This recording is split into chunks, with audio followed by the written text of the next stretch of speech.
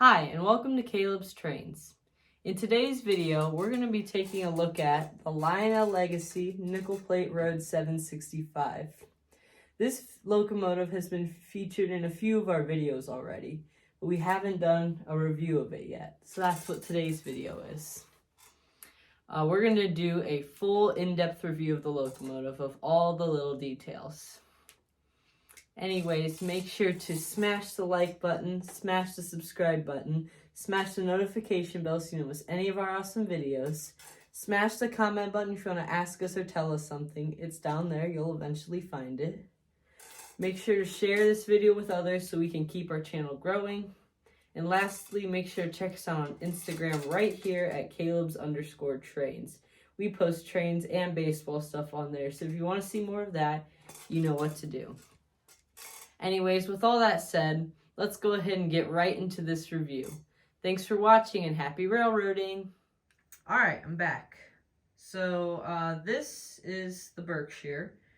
And this is from Lionel's run of Berkshires from 2014.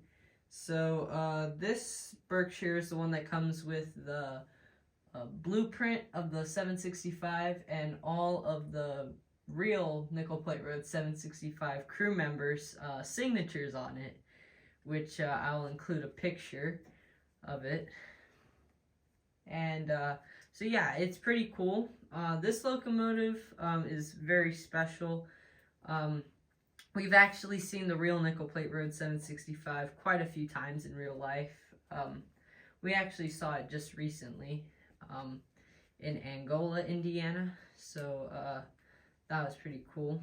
And yeah, let's go ahead and start on the review. Alright, beginning at the front, you can see up front we have the cow catcher right here, which is the correct cow catcher for nickel plate locomotives. It's a little different than, you know, your standard cow catcher.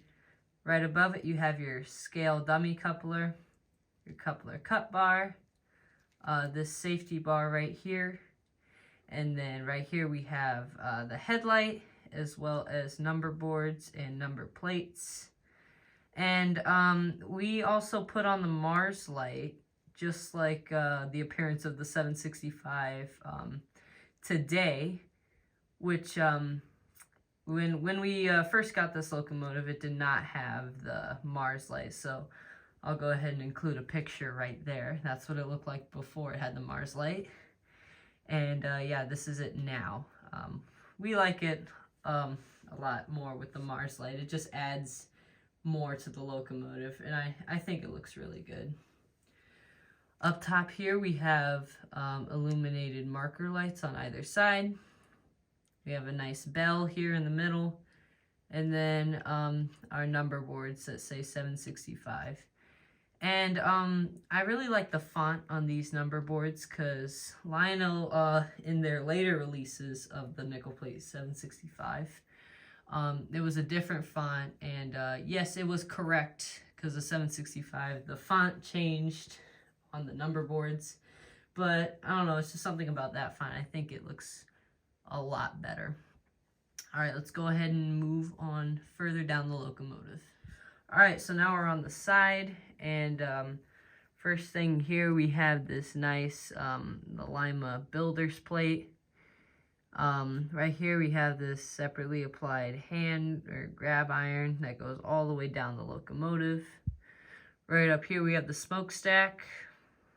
Down here we have the piston. Lots of nice separately applied piping detail down here. And then right here we have the start of the side rods. And then also right here we have the pilot. Alright, moving further down, now right here we have the steam dome as well as the whistle. Then right here we have the sand dome with the crisp NYC and STL lettering, which if you didn't know, that actually stands for New York, Chicago, and St. Louis Railroad, because that's what the Nickel Plate Road is officially called. So there you go, there's your fun fact of the day. Anyways, we have these nice separately applied sand pipes going down to each of the drive wheels. And also each of the drive wheels have a nice white rim around them, which I thought was pretty cool. I didn't even notice that on the real 765, but I was looking at pictures and it does have that. So that's pretty cool. All right, now we're by the firebox and the cab. And the firebox has a lot of nice separately applied details on the side, as well as nice rivet details. The ash pan's really nice too. And then of course we have tons of nice truck detail down here. And then right here by the cab, we have a nice crisp 765 numbering.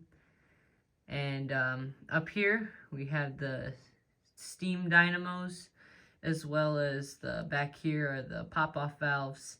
And then just some other nice separately applied details here. All right, and then right here we're looking at the interior of the cab. And as you can see, there's lots of separately applied details on the inside. And the firebox does glow red when the locomotive is on. And as you can see, there's one of the two hand-painted figures on the inside of the cab. So yeah, that's pretty much wraps it up for the locomotive. So let's go ahead and take a look at the tender. All right, right here we have the tender. And as you can see, there's lots of nice separately applied rivet details going up and down, as well as side to side. On the side of the tender, we have a nice crisp nickel plate road. And also up here, we have a nice crisp New York, Chicago, and St. Louis lettering.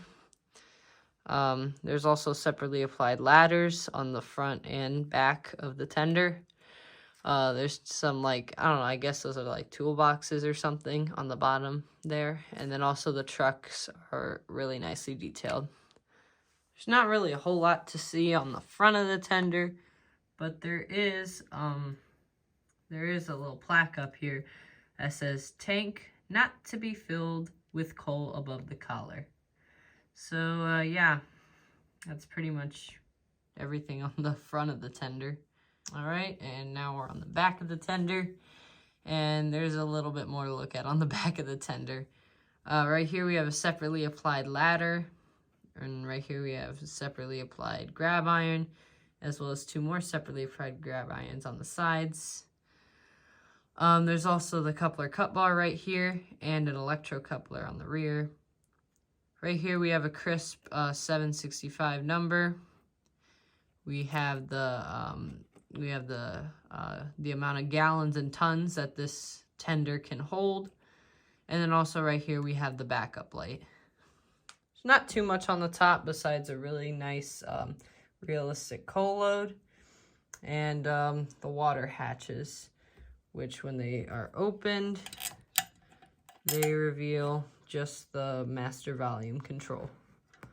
So yeah, that wraps it up for the tender and the locomotive. So we're going to get these things on the track, and we're going to put power to the track, and we're going to go ahead and listen to the sounds of these locomotives. All right, so I've got power to the track, and we're going to go ahead and listen to the extended startup. This is the dispatcher. Do you copy? Copy that, dispatcher. I read you. Over. Very good. Start up and hold. Acknowledged. We're ready to move. Out. Yeah, so there you go. That was the extended startup. That was pretty cool. And already at the front, you can see the Mars light, which is flickering on and off, which I just think that's really cool. That's just me. It's just a nice detail that Lionel gave us the option to add. So yeah, let's go ahead and listen to the whistle, which just so happens to be my favorite whistle of all time.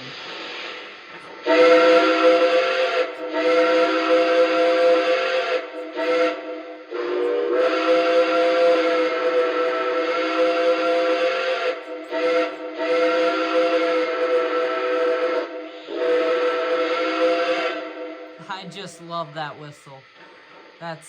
In my opinion, that's just the best whistle on any steam locomotive. I like this whistle even more than the Union Pacific Big Boy, and that's saying something. Alright, let's go ahead and listen to the bell.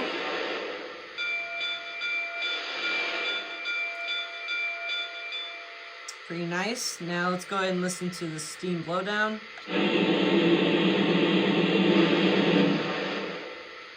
All right, let's go ahead and listen to coal being added to the tender.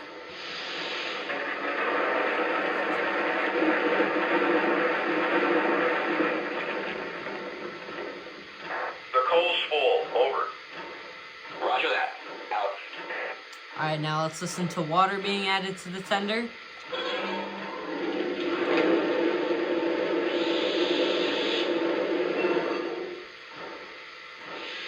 The water's full. Over.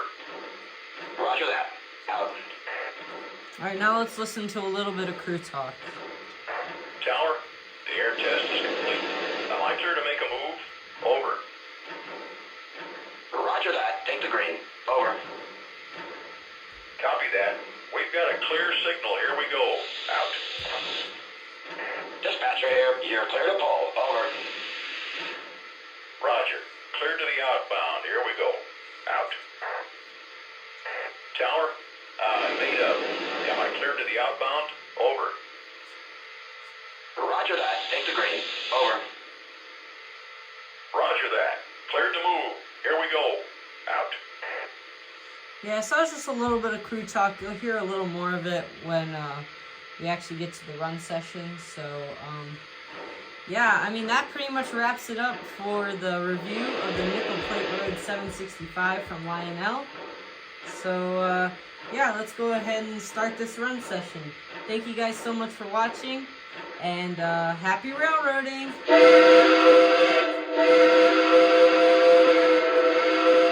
Okay, I lied. We're not going to do a run session yet. First, we're going to do a whistle battle. And today's whistle battle is going to be the Nickel Plate Road 765 versus the Père Marquette 1225. Let me know in the comments which whistle won. All right, let's start them up.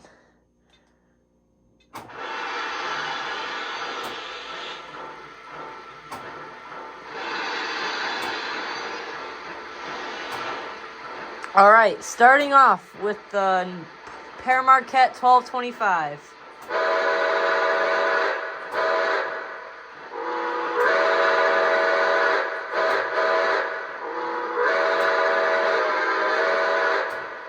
All right, that was a really good whistle. Now let's go to the Nickel Plate Road 765.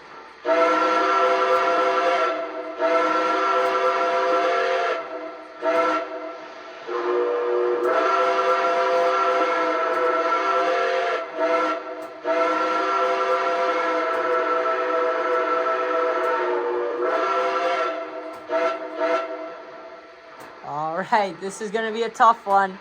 Let's go back to the 1225.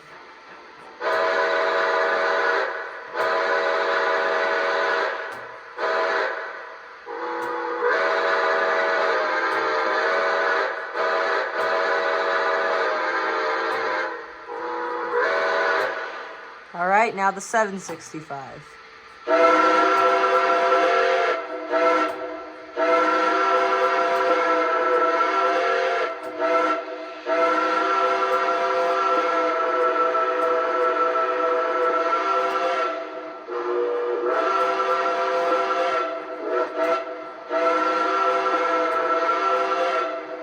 Just note that both of these whistles were recorded from the real locomotives, the real 765 and the real 1225.